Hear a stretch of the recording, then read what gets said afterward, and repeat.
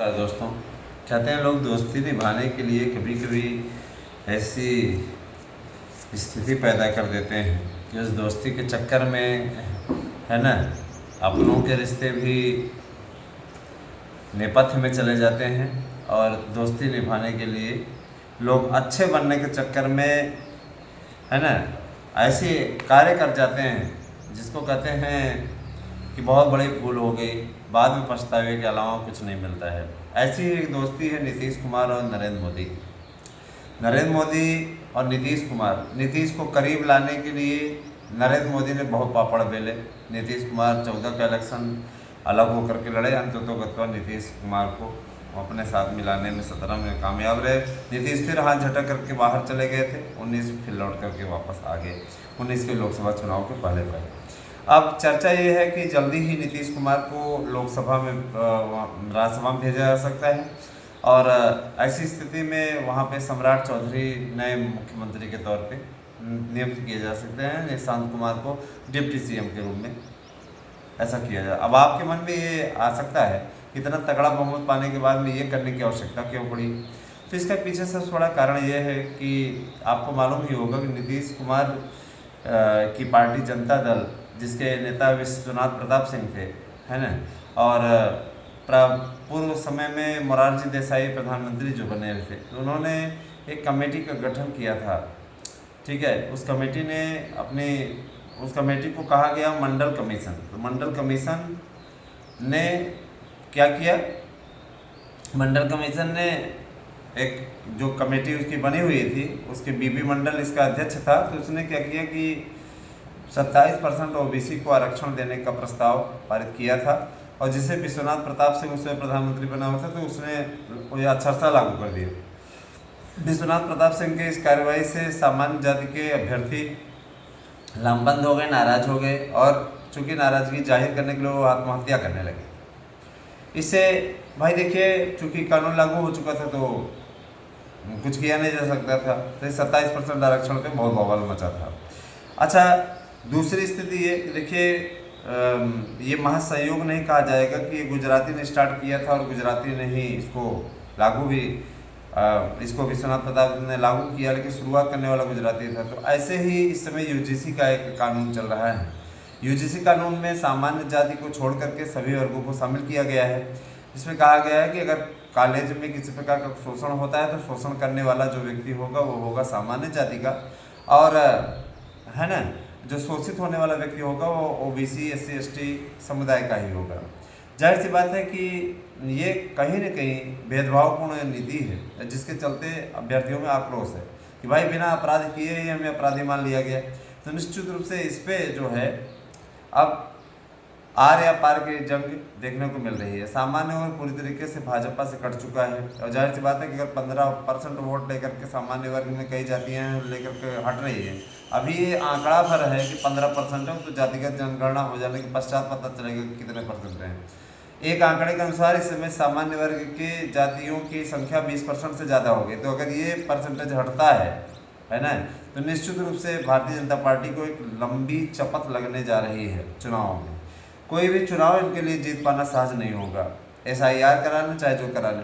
तो कहने का मतलब ये कि अब देखिए, नीतीश कुमार को इसलिए लाना चाहते हैं यहाँ पे कि जातिगत जनगणना की बात को निश्चित रूप से, है ना, नीतीश कुमार की इन्होंने मान ली।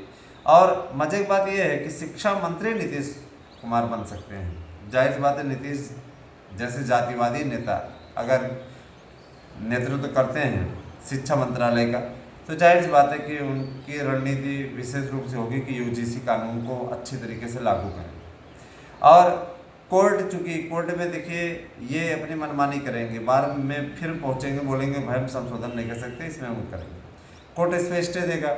ये सहानुभूति जीतने की कोशिश करेंगे कि देखिए हमसे गलती जरूर हुई थी, लेकिन हमने अधिकार भी दिलाने का प्रयास किया और स्टे लग गया, तो इस पर हम क्या करें। सामान्य जाति के बीच में ये जो अपने नेताओं को भेज रहे हैं, वो यही आकर के हाथ पैर जोड़ करके बात रख रहे हैं कि देखिए भाजपा की सरकार आपके साथ है, वहाँ भाई रोक लगवा लिया, सारी चीज़ कर दिया, लगाया आग किसने। तो ये जो ये जातीय संघर्ष है ना दोस्तों, समाज में अगर इस जातीय संघर्ष को बढ़ावा देने वाले कोई लोग हैं तो यही लोग हैं। ऊंचे पदों पर बैठे हुए लोगों को, है ना, गजब गजब के लोग हैं, इनको देश में अमन शांति बहाल करनी चाहिए और इस तरीके का कार्यों को रोकना चाहिए। देखिए, आप ही लोग अगर जातिवाद की घटिया राजनीति करेंगे तो निश्चित रूप से देश में विभाजन तो तय है ना। देश को आप जातीय खाँचों में बांटने की कोशिश कर रहे हैं, देश को आप विभाजित करने की ओर ले जा रहे हैं। आप अपने वोट बैंक के चक्कर में जातियों को जातियों में लड़ा रहे हैं, हिंदुओं को जातियों में लड़ा रहे हैं, मुसलमानों को एकजुट करने की कोशिश कर रहे हैं। इस तरीके की राजनीति वास्तव में बहुत ही भयावह राजनीति होती है। इस तरीके का कार्य ना करें जिससे कि अब, है ना, समाज में विद्वेष की भावना फैले। एक जिम्मेदार पदों पर रहें और सत्ता पाने के लिए इस प्रकार की रणनीति ना करें, क्योंकि याद रखिएगा कि आपका एक कोर वोटर है सामान्य जाति।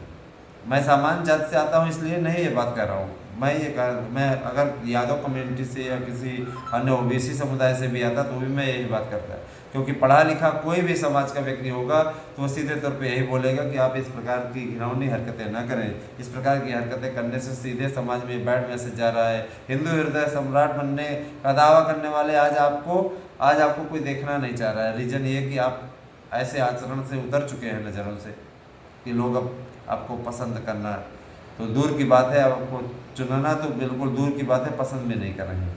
और जब आप पसंद नहीं हैं तो जाहिर सी बात है आपको वोट भी नहीं जाएगा। मित्रों, मुझे याद है कि जिस समय नरेंद्र मोदी सत्ता में नहीं थे, उन्होंने ये कहा था कि सबका साथ, सबका विकास, सबका विश्वास। लोगों को लगा यार कोई एक ऐसा लीडर है और आपके लिए कोई चुनौती भी नहीं थी, लेकिन आप ऐसे ऐसे नेताओं को छोड़ रखे हैं हमें।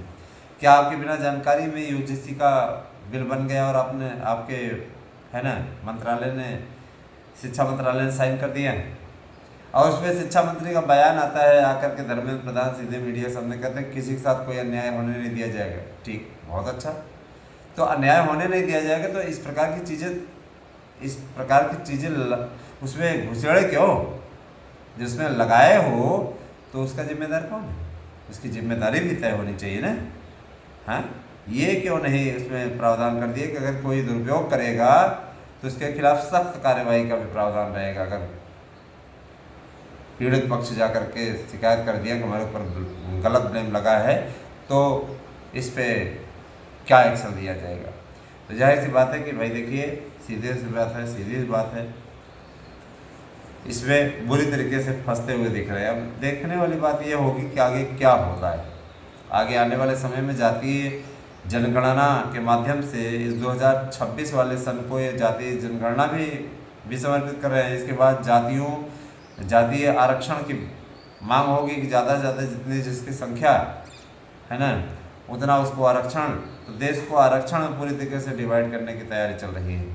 इसको रोक लें, नहीं तो आने वाला संघर्ष वास्तव में देश के लिए बहुत ही घातक हो सकता है।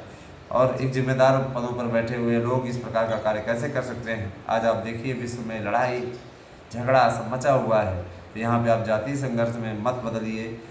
सबको प्रेम पूर्वक एक साथ में जैसे सामाजिक ताना बाना बना रहा है उसी प्रकार से बने रहने दें। आप लोगों की सत्ता आती जाती रहेगी, आप लोगों को सत्ता का सुख मिलता रहेगा, कभी चला जाएगा कभी आ जाएगा, लेकिन जनता के बीच में जो आपस का प्यार है, अगर वो उस ताना बाना अगर किसी प्रकार से, है ना, गड़बड़ाने पाया तो समाज वास्तव में बहुत पीछे चला जाएगा। सुप्रीम कोर्ट ने, माननीय सर्वोच्च न्यायालय ने उस दिन सुनवाई करते हुए यही बात रखी थी। क्या कहा था सर्वोच्च न्यायालय ने कि आप समाज को पीछे ले जाना चाहते हैं क्या? आप जातिवाद की खाई को पाटने के स्थान पर उसे और गहरा कर रहे हैं। आप जाति विहीन समाज की स्थापना करना चाहते हैं कि जातिवाद वाले समाज की स्थापना करना चाहते हैं? इस प्रकार का कार्य आप कैसे कर सकते हैं? जाहिर सी बात है, जब तक सर्वोच्च न्यायालय में सूर्यकांत जैसे महान जज बैठे हुए हैं तब तक किसी भी प्रकार का अन्याय नहीं होने पाएगा। इस चीज़ के लिए बिल्कुल अब तो निश्चिंत हुआ जा सकता है ना। लेकिन जातीय खांचे में उस दिन समस्या आ जाएगी। हालांकि ये नियम कानून के अंतर्गत ही सारी चीज़ें होंगी। तो दोस्तों, मैं इतना ज़रूर कहना चाहता हूँ कि आने वाला समय एक कॉलेजियम सिस्टम क्यों लाना चाहते थे ना, कॉलेजियम सिस्टम क्यों लाना चाहते थे? चाहते थे कॉलेजियम सिस्टम आ जाए तो अपने हिसाब से हम काम करेंगे, अपने हिसाब से जजों की नियुक्ति करेंगे। तो इससे क्या होता कि इससे विकट स्थिति पनप सकती थी, समस्याएं गंभीर हो सकती थी। तो दोस्तों आज की डिबेट में आप लोगों को मैंने आरक्षण नीति के बारे में, उसके बारे में बहुत ही सही तरीके से बातें रखी और यूजीसी के मामले में आप लोगों के बीच में मैंने बहुत सही पक्ष रखा। तो आप क्या सोचते हैं कमेंट करके अवश्य बताएं और आगे भी आपके सुझावों का स्वागत रहेगा। चैनल पे बने रहें और सब्सक्राइब, लाइक, वीडियो को शेयर और हाइप करना न भूलें। जुड़ें हमसे। बहुत बहुत धन्यवाद। आप सभी दिन शुभ हो।